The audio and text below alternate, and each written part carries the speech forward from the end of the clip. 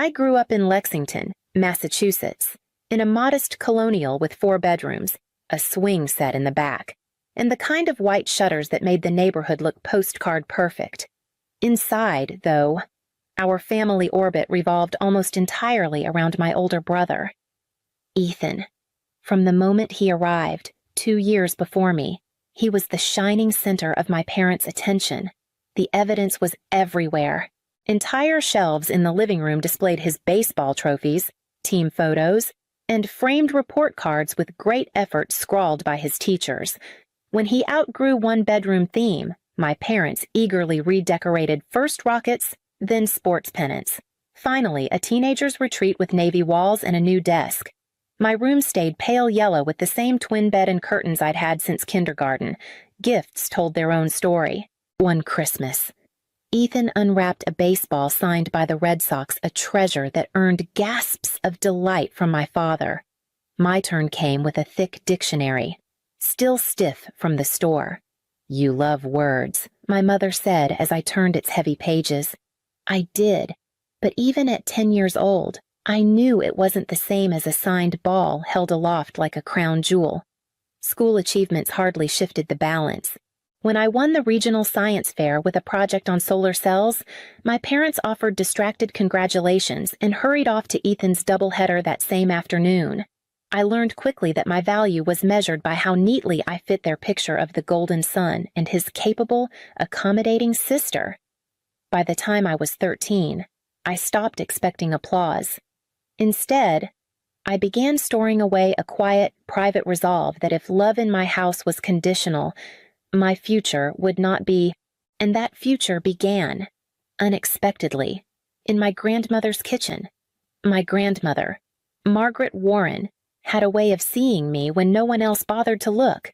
She had worked as an accountant in Boston back when women in that field were rare, and though retired by the time I was a teenager, her sharpness never dulled. While my parents hovered over Ethan's baseball practices, I often walked the half-mile to her tidy brick house, where the scent of cinnamon rolls always seemed to linger. One afternoon, when I was 15, she set aside her knitting needles and asked if I knew what compound interest was. I shook my head, expecting a lecture, but she pulled out a yellow notepad and began sketching numbers with her fountain pen. "Imagine you put $100 in the bank," she said, explaining how it grew over time if left untouched. The way her pen danced across the page made it feel like magic, though she reminded me it was nothing but math and patience. I went home that evening and emptied my babysitting earnings into a savings account. It wasn't much, but the act itself felt like claiming a piece of independence. Over the next few years, Grandma nurtured that instinct. She gave me articles to read, helped me buy my first modest stocks, and reminded me that discipline mattered more than flashes of luck. When she passed away suddenly during my junior year of college, I was devastated. My parents assumed her small estate would be divided equally, but her attorney revealed she had left me everything $50,000. My father immediately suggested I share it with Ethan to ease the cost of his graduate program. My mother nodded in agreement. I refused. "She gave this to me," I said, my voice steadier than I felt. I invested every cent, exactly as she had taught me, knowing she would have approved. Her final words to me, spoken during our last visit, echoed in my head, wealth whispers, "It doesn't shout." Those whispers became the foundation of the life I would later build, even as I kept them hidden. By the time I graduated, the quiet discipline she instilled in me had already begun to shape 2 separate lives. College marked the first true split between Ethan's world and mine. He headed to a private university in Connecticut, the kind of place where tuition alone could buy a starter home. My parents covered every cent, proudly driving him to campus with a car full of brand-new furnishings. I, on the other hand, earned a full scholarship to UMass Amherst. My father dropped me off with 2 suitcases and a box of second-hand supplies, telling me I'd figure it out. I did. Most mornings, I worked the opening shift at the campus coffee shop before classes. Weekends, I logged hours at the library or tutored students in economics. The exhaustion was constant. but I held on to perfect grades, determined never to waste what Grandma had given me. Finance became more than a major. It was a lifeline, a way to build the kind of independence no one could strip away. During my junior summer, I landed an internship in New York City with a respected investment firm. The energy of Manhattan, the towers, the rush of Wall Street lit something in me that never dimmed. After graduation, I accepted a junior analyst position at Blackstone. The salary was modest, but the exposure was invaluable. I rented a tiny apartment with 3 roommates, lived on takeout, and invested half my paycheck. By 26, after years of relentless saving and studying market patterns, I took the leap. I started my own boutique firm, focusing on undervalued companies in emerging industries. At first, it was just me in a cramped co-working space, but opportunities came quickly. A biotech startup, a renewable energy firm, a small tech acquisition, each risk multiplied what I had built. By 32, my net worth quietly reached $13 million. Outwardly, nothing changed when I visited home. I drove rental cars instead of my Tesla, wore plain clothes instead of designer, and deflected questions about my job with vague answers. The mask was necessary, or so I told myself, but every year it grew heavier, and when Michael entered my life, he was the first to notice the weight I carried. I met Michael Carver at a charity event in the city, one of those evenings where industry people clink glasses under dim lighting and pretend to network casually. He wasn't part of finance. He was an architect with a practice in Manhattan, known for designing spaces that combined elegance with functionality. What drew me in wasn't his resume, but his ease. He listened, really listened, in a way I wasn't used to. We started with dinners after long days, then weekend walks through Central Park, and eventually nights spent in each other's apartments. Michael never asked about the numbers I managed or the clients I served. He wanted to know what books I loved, why I still cooked my grandmother's recipes, why I always avoided questions about family. For months, I gave him the same deflections I gave everyone else. They're fine, just busy, nothing much to tell. One evening in October, after 3 months of dating, he caught me off guard. We had just finished dinner at my place, and I had hung up from a short call with my mother. My answers clipped and vague. Michael set down his wine glass and asked quietly, "Why do you erase yourself around your family?" The words landed like a stone in water. I had spent years perfecting that erasure, smoothing out my life so my parents wouldn't question it, dimming my light so Ethan could stay their golden child. But Michael's gaze was steady, waiting. So I told him. I told him about the photo albums, the trophies, the necklace Ethan got while I unwrapped books, the way my achievements had always been minimized. I explained why I kept my wealth a secret, that if they knew, it would only become Ethan's money in their eyes. He didn't interrupt, just listened, then leaned forward. "Living divided can't last forever," he said gently. "At some point, you'll have to decide which life you want." His words lingered long after he left that night. By the time Thanksgiving approached, I knew he was right. I couldn't keep pretending to be less than I was. I decided to bring him home with me to Boston and to stop shrinking, even if I wasn't ready to reveal everything. The drive from New York to Lexington was lined with bare trees and the first traces of frost on the roadside. Michael kept one hand on the wheel and the other resting lightly over mine, as if he could sense the knot in my stomach tightening with every mile closer to home. By the time we turned onto my parents' quiet street, the sky had gone gray and the air carried that damp chill unique to Massachusetts in late November. Ethan's new Audi gleamed in the driveway, its paint still bright from the dealer's lot. I knew without asking that my parents had helped finance it. They always did. My chest tightened at the sight, but Michael only squeezed my hand. Inside, my mother swept past me to embrace Michael, her voice high with excitement at meeting him. My father clapped him on the back, asking about his practice, while I received a distracted smile and a quick pat on the shoulder. Ethan appeared a moment later, all polished confidence, and was introduced to Michael as though I were only incidental in the connection. Dinner that evening felt scripted, every line already assigned. My mother had prepared Ethan's favorite roast, and conversation orbited around his recent promotion at a Boston marketing firm. He described his corner office and the junior staff reporting to him, while my parents beamed with pride. I pushed peas across my plate, offering polite nods, my own career once again invisible. Later, Michael and I were shown to the small guest room, its pull-out sofa sagging in the middle. Ethan and his wife were given the larger guest suite with the queen bed and private bath. When I raised an eyebrow, my mother explained, "Ethan's back needs proper support." I said nothing, though heat rose in my chest. That night, as I passed the kitchen for water, I heard my parents speaking in hushed tones. "I just wish Selena had more ambition." My mother sighed. My father replied, "She's always been content with less. Not like Ethan." I stood frozen in the hallway, the words as sharp as they had been when I was a child, and knew the cracks in my silence were widening. Thanksgiving morning began with the smell of turkey already in the oven and my mother humming in the kitchen.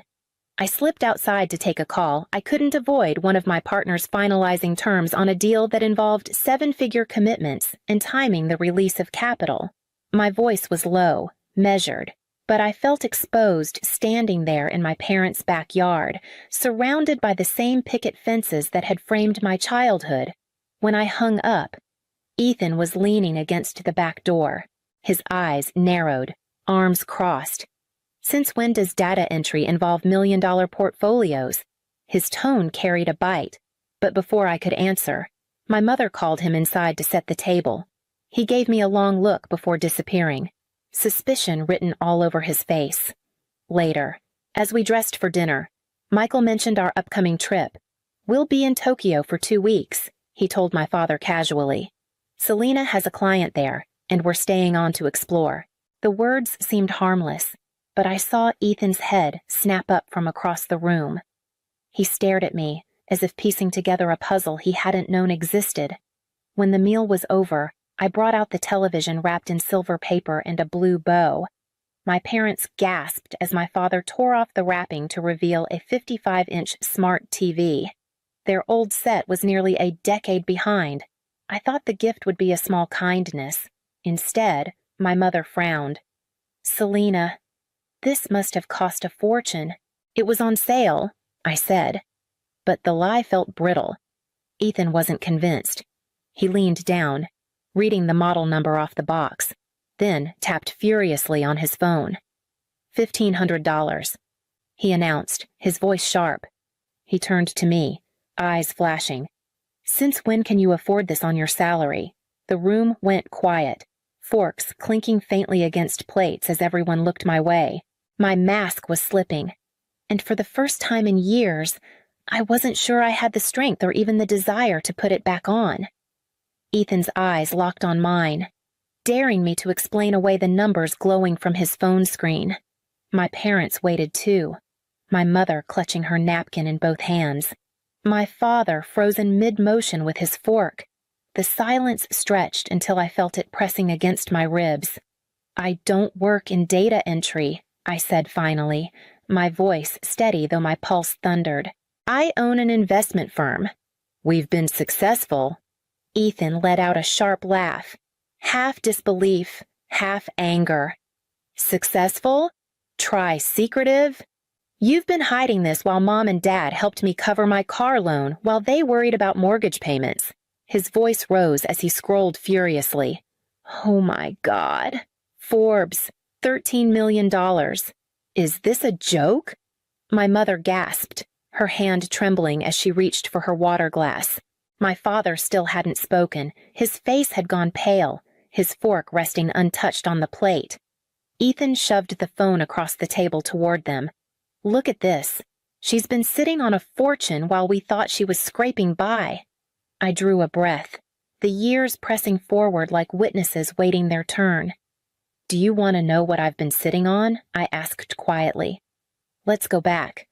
The science fair I won in middle school, you skipped it for Ethan's baseball game. My graduation speech, you filmed Ethan's reactions instead of my words." College, I worked 3 jobs while you paid his tuition in full and gave him an allowance. My parents' faces shifted from shock to a dawning, uncomfortable recognition. I pressed on. You gave him new furniture, new cars, new beginnings. I got hand-me-downs and you'll figure it out. And I did figure it out. Without your help, without your pride, alone. The table was silent except for Ethan's uneven breathing. His expression hardened, anger simmering past disbelief. You're selfish, he spat. You let us think you were nothing while you hoarded millions? I met his glare, the ledger of years laid bare between us, and for the first time, I felt no need to shrink. Ethan shoved his chair back so hard it scraped against the hardwood floor. His voice boomed across the table, rattling the glasses. 13 million, and you've never offered to help Brad and I have been trying to buy a house for years. Mom and Dad dipped into their retirement for us, and you just sit there hoarding. My mother was crying openly now, her shoulders shaking. My father's lips moved, but no sound came. He looked as though the ground had shifted beneath him. I owe nothing, I said, my tone sharper than I intended. Every dollar I have came from my work, my discipline, and my choices. I built this alone. Ethan jabbed a finger toward me. Family helps family. That's how it works. You think you're better than us now, Michael, who had been silent through most of the eruption, leaned forward, his calmness cutting through the noise. From what I've seen, Selena has been giving to this family her entire life, just not with money. She's given patience, silence, and the space for everyone else to shine. Maybe it's time someone gave her the respect she's earned. Ethan's face flushed crimson, but for once he had no quick retort. My mother's sobs filled the space where words might have landed. My father just stared at me, his fork still on the plate, as if the simplest act lifting it was suddenly impossible. I stood, laying my napkin beside my plate. Michael and I will be staying at a hotel tonight. My voice did not waver. My mother reached out, pleading through tears. But I stepped back. Michael rose beside me, steady and certain. Together we walked through the dining room, past the untouched pie and the silence heavy as stone, out into the cold November air. The night sky was sharp and clear, the chill bracing on my skin. For the first time in years, the weight of my silence felt lighter, though the cost of breaking it had only just begun to show. The morning light streamed through the hotel curtains, pale and unforgiving. My phone buzzed relentlessly on the nightstand. 17 new messages from Ethan, each swinging between outrage and guilt. My mother had left tearful voicemails, begging me to come back, insisting we could talk it through. I silenced the phone and let the quiet settle. Not long after, a knock sounded at the door. Michael opened it to find my father standing there, rumpled and weary, yesterday's clothes still on his back. He stepped inside without meeting my eyes, then sat heavily in the desk chair. For a long moment, he said nothing, just rubbed his hands together. Finally, he looked up. We took the easy road with Ethan, he admitted, his voice rough. He cried, he demanded, and we gave in. You adapted. It wasn't fair, but it was easier. Hearing him name it out loud was both relief and wound. I steadied myself before answering. It's too late to undo the past, but going forward, there are boundaries. I won't give Ethan a dime. My finances are mine, and I won't discuss them with anyone in this family. If you want a relationship with me, respect has to be equal. He nodded slowly, as if the weight of my words was finally sinking in. For the first time, I saw regret flicker behind his eyes, though no apology could erase decades of neglect. Later, as Michael and I packed, I found myself thinking of Ethan's children. None of this was their fault. I began sketching an idea in my mind, a trust fund strictly for their education, structured so Ethan could never touch it. It felt like a line between compassion and protection, the only compromise I could live with. By the time we loaded our bags into the car, The decision had hardened into something close to peace. Even if the fractures at home remained raw, months passed, and the storm quieted into something less volatile but still fragile. My father called every few weeks, his tone cautious yet more honest than I had ever known. He asked about my work not out of obligation, but with genuine curiosity, and admitted he had never really seen me for who I was. My mother's calls were harder, tangled with guilt and habit. She still slipped into old patterns, invoking Ethan, but sometimes caught herself and shifted, as if learning a new language slowly. Ethan I cut off entirely. His barrage of demands turned into accusations, then into silence once I blocked him. The absence felt less like loss than relief, a wound finally closed to air. I began therapy, sitting across from a woman who gave words to the years I had carried alone: favoritism, erasure, the hunger for recognition. Piece by piece, I began to set it down. With space cleared, I found myself drawn to giving in ways that felt purposeful. I mentored young women entering finance, women who reminded me of myself at 20, determined but underestimated. I funded initiatives for girls in STEM, small acts of investment that rippled wider than I expected. Michael stood with me through it all, steady and present, never asking me to be less or more than I was. Together, we built new traditions, holidays with friends, weekends away, a community that felt chosen rather than assigned. One evening, as spring settled into the city, I hung a small brass key on the wall of our apartment. I'd had it engraved with a single word: boundaries. It caught the light from the window, a quiet emblem of everything I had reclaimed and everything I would protect going forward.